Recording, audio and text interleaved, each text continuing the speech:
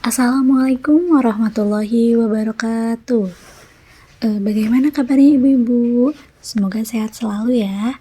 Sebelumnya perkenalkan, nama saya Siti Nurhalija. Saya mahasiswi D3 Kebidanan Fakultas Ilmu Kesehatan Universitas Singaperbangsa Karawang.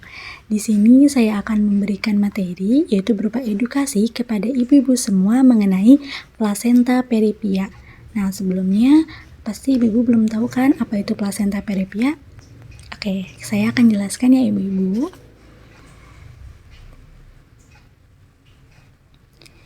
Nah, plasenta peripia ini adalah kondisi ketika ari-ari atau plasenta berada di bawah rahim, sehingga menutupi sebagian atau seluruh jalan rahim. Selain menutupi jalan rahim, plasenta peripia dapat menyebabkan pendarahan hebat, baik sebelum maupun saat persalinan. Nah, plasenta peripia ini lebih banyak terjadi pada kehamilan dengan paritas tinggi atau pada usia di atas 30 tahun.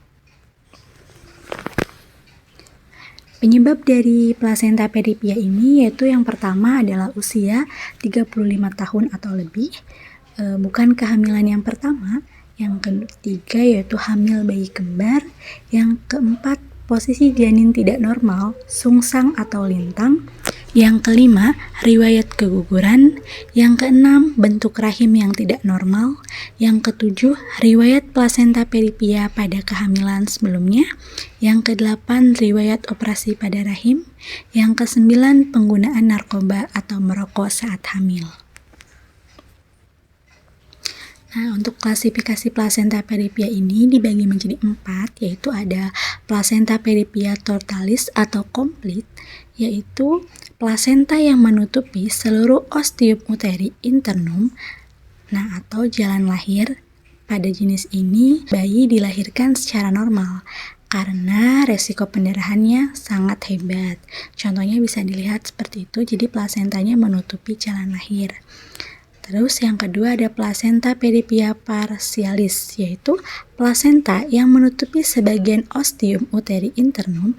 Pada jenis ini, resiko pendarahan sangat besar dan biasanya janin tetap tidak terlahir secara normal. Selanjutnya yaitu plasenta peripia marginalis, yaitu plasenta yang tepinya berada pada pinggir ostium uteri internum, hanya sebagian tepi plasenta yang menutupi jalan lahir. Janin biasanya dilahirkan secara normal, tetapi resiko pendarahan tetap besar. Selanjutnya, plasenta letak rendah atau plasenta lateralis. Plasenta ini biasanya yang berimplantasi pada segmen bawah rahim sehingga tepi bawahnya berada pada jarak lebih kurang 2 cm dari ostium uteri internum. Jarak atau lebih dari 2 cm dianggap plasenta letak normal, tetapi resiko pendarahan tetap ada namun tidak besar dan janin bisa dilahirkan secara normal asal tetap harus berhati-hati. Jadi pada plasenta ini, plasentanya tuh menutupi jalan lahir tetapi di tepi bawah, dan ini bisa melahirkan secara normal namun tetap harus berhati-hati karena sangat berisiko pendarahan. Selanjutnya ada tanda dan gejala, yaitu yang pertama itu ada pendarahan tanpa sebab atau rasa nyeri yang nyeri dari biasanya dan berulang. Yang kedua itu darah biasanya berwarna merah segar. Yang ketiga terjadi pada saat tidur atau saat melakukan aktivitas. Yang keempat, bagian terdepan janin tinggi atau floating sehingga dijumpai kelainan letak janin. Yang kelima adalah pendarahan pertama. Biasanya ini terjadi tidak banyak dan tidak fatal kecuali bila dilakukan pemeriksaan dalam, tetapi pendarahan berikutnya biasanya akan lebih banyak. Selanjutnya ada komplikasi plasenta peripia, yaitu ada pertama shock. Nah, pendarahan hebat yang dapat terjadi saat atau sebelum dan selama beberapa jam setelah persalinan biasanya itu akan berisiko menimbulkan shock. Yang kedua ada pengubalan darah. Biasanya ini terlalu lama berbaring, misalnya di bed rumah sakit yang dapat meningkatkan resiko ibu hamil mengalami pengumpulan darah. Yang ketiga itu ada peningkatan resiko plasenta akreta. Biasanya itu kondisi ketika plasenta menempel terlalu dalam ke dinding rahim. Yang keempat ada peningkatan resiko plasenta peripia di kehamilan berikutnya. Nah, riwayat plasenta peripia ini pada kehamilan saat ini juga dapat mempengaruhi kemungkinan kondisi ini akan terulang kembali pada kehamilan yang selanjutnya.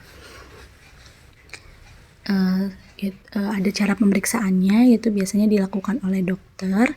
Biasanya dokter itu akan menduga ibu hamil mengalami plasenta peripia jika terjadinya pendarahan di trimester kedua atau trimester ketiga kehamilan. Namun untuk memastikannya, dokter akan melakukan sejumlah pemeriksaan, yaitu yang pertama itu ada USG transvaginal. Biasanya ini metode yang paling akurat untuk mengetahui menentukan letak plasenta. Yang kedua adalah USG transabdominal atau di USG di perut. Terus juga yang ketiga ada MRI.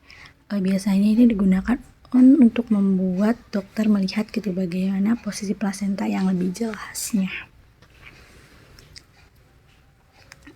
Selanjutnya ada pencegahan plasenta peripia, yaitu yang pertama tidak merokok, tidak menggunakan narkoba, mengurangi frekuensi berhubungan seksual, mengurangi aktivitas fisik yang berat, menghindari bepergian jarak jauh ketika usia kehamilan 28 minggu ke atas, segera beristirahat ketika keluar plek.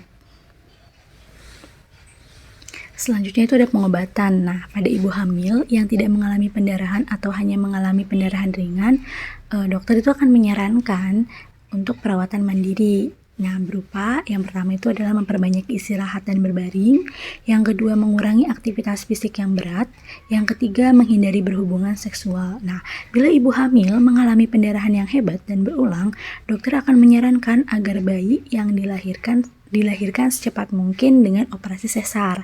Namun, jika usia kandungan kurang dari 36 minggu, biasanya ibu hamil akan diberi suntikan obat kortikosteroid terlebih dahulu untuk mempercepat pemantauan paru-paru janin.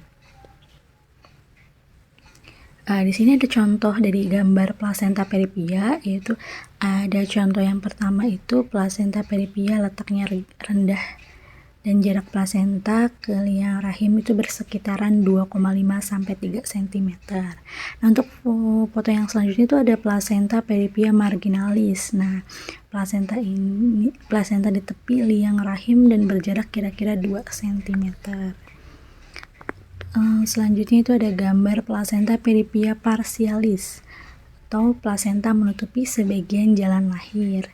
Yang ketiga itu plasenta peripia totalis, yaitu plasenta menutupi seluruh jalan lahir. Di sini ada video, mungkin ibu-ibu semua bisa menonton videonya untuk lebih jelasnya mengenai plasenta peripia. Satu organ penting yang mendukung perkembangan janin selama di dalam kandungan adalah plasenta. Plasenta sangat vital fungsinya karena berperan dalam mengalirkan oksigen dan nutrisi ke janin. Sehingga jika terdapat kelainan atau masalah pada plasenta, maka perkembangan janin pun bisa terganggu. Oleh sebab itu, ibu hamil perlu mewaspadai kondisi kelainan pada plasenta ini selama kehamilan. 1. Plasenta previa. Plasenta previa adalah kondisi saat serviks atau jalan lahir bayi tertutup plasenta. Normalnya, serviks atau leher rahim bakal terbuka lebar menjelang persalinan. Dengan begitu, bayi bisa keluar secara lancar dari rahim mams. Saat mams mengalami plasenta previa, bayi mams akan tersumbat plasenta dan tidak bisa dilahirkan secara normal. Ini beberapa ciri plasenta previa pada ibu hamil.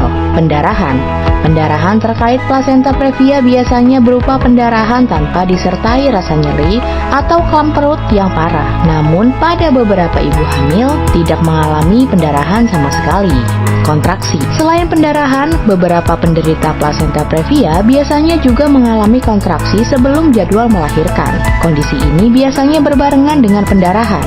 Bayi sungsang. Ciri-ciri plasenta previa yang khas lainnya yakni posisi bayi sungsang atau bagian kepala di atas dan kaki di bawah menjelang persalinan. Normalnya, bayi sebelum lahir posisi kepalanya sudah berada di bawah dan bagian kakinya berada di atas untuk persiapan lahir. Umumnya, gejala plasenta previa muncul pada trimester ketiga kehamilan mams. Namun, ada juga ibu hamil yang mengalaminya pada trimester kedua akhir. Mams yang sedang hamil dan mengalami ciri-ciri plasenta previa sebaiknya segera ke rumah sakit terdekat ya, terutama jika muncul gejala pendarahan. Pasalnya, kondisi ini bisa membahayakan keselamatan mams dan bayi. Semoga bermanfaat.